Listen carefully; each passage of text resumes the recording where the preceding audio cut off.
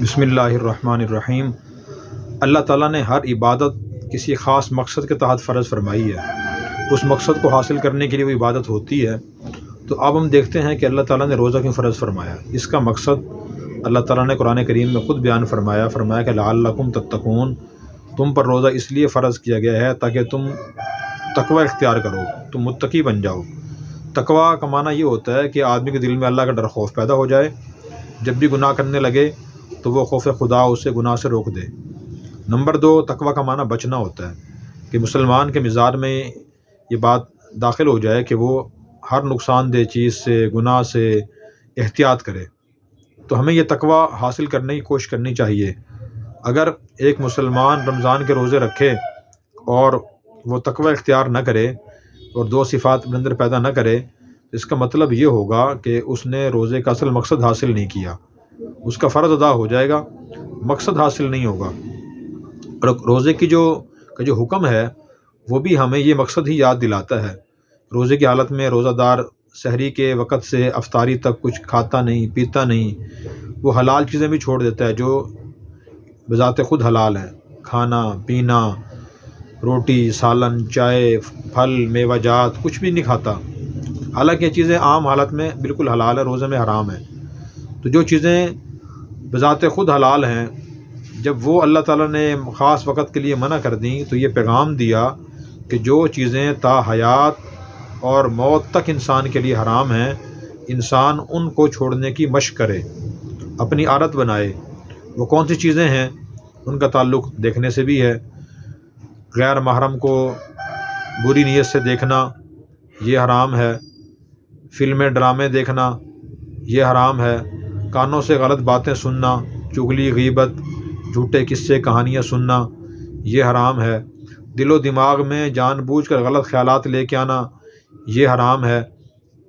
اسی طرح زبان سے غلط باتیں بولنا، خدا نخواستہ گالی دینا، جھوٹ بولنا، دھوکہ دینا، چغلی کرنا، غیبت کرنا، الزام تراشی کرنا، اپنے ہاتھ سے کسی پر ظلم کرنا، جھوٹی گواہی دینا، کسی کا حق دبا لینا، یہ سب چیزیں حرام ہیں۔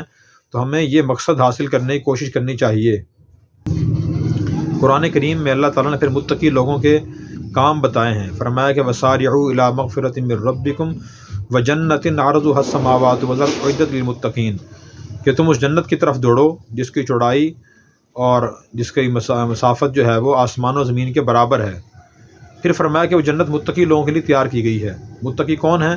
الذین ينفقون فی السراء والضراء، جو تنگدستی اور خوشحالی ہر حال میں خرچ کرتے ہیں، والکاظمین الغیظ اور غصہ پی جاتے ہیں، والعافین عن الناس اور وہ لوگوں کو معاف کر دیتے ہیں۔ تو یہ دیکھیں متقی لوگوں کا کام اللہ تعالیٰ بتا رہے ہیں۔ جب دل میں تقوی پیدا ہوتا ہے، خوف خدا پیدا ہوتا ہے، احتیاط کا مادہ پیدا ہوتا ہے، تو پھر اللہ تعالیٰ کیا انعام دیتے ہیں اللہ نے قرآن کریم میں بھی بیان فرما دیے۔ فرمایا وَمَن يَتَّقِ اللَّهَ يَجْعَل لَّهُ مَخْرَجًا، جو شخص اللہ سے ڈرتا ہے، تقوی پیدا کر لیتا ہے اور گناہوں سے بچتا ہے، تو اللہ تعالیٰ اس کے لیے ہر تنگی سے، مشکل سے نکلنے کا راستہ پیدا فرما دیتے ہیں۔ وہ معاشی تنگی ہو، وہ گھریلو مسائل کی تنگی ہو، اپنی صحت کے لحاظ سے تنگی ہو، خاندانی حالات کی تنگی ہو، کوئی ڈپریشن، پریشانی ہو، تنگی ہو، اللہ اس سے نکلنے کا راستہ پیدا فرما دیں گے، یہ اللہ کا وعدہ ہے۔ نمبر 2، وَيَرْزُقْهُ مِنْ حَيْثُ لَا يَحْتَسِبُ، جس شخص کے اندر تقوی کی صفت پیدا ہوگی تو اللہ تعالیٰ اس کو ایسی جگہ سے رزق عطا فرمائیں گے جہاں سے اس کو وہم و گمان بھی نہیں ہوگا۔ تو تقوی کے یہ فائدے ہیں۔ ہمیں روزہ رکھنے کے ساتھ ساتھ یہ ان کی مشق کرنی چاہیے کہ آج دیکھوں میں روزے کی حالت میں نے کس سے لڑائی تو نہیں کی، زبان سے غلط بات تو نہیں کہی، آنکھ سے غلط چیز تو نہیں دیکھی، اور میں نے کان سے غلط بات تو نہیں سنی، میں نے ہاتھ سے غلط کام تو نہیں کیا، میں اپنے پاؤں سے غلط کام کی طرف چل کے تو نہیں گیا۔ اگر اس طرح ہم دیکھیں گے تو ہمیں روزے کا مقصد حاصل ہوگا۔ نبی پاک صلی اللہ علیہ وسلم نے فرمایا مَن لَّمْ يَدَعْ قَوْلَ الزُّورِ وَالْعَمَلَ بِهِ فَلَيْسَ لِلَّهِ حَاجَةٌ أَن يَدَعَ طَعَامَهُ وَشَرَابَهُ، جو شخص روزہ رکھ کر جھوٹ بولنا اور غلط کام کرنا نہ چھوڑے، اللہ تعالیٰ کو اس کے بھوکے پیسے لینے کی کوئی ضرورت نہیں ہے۔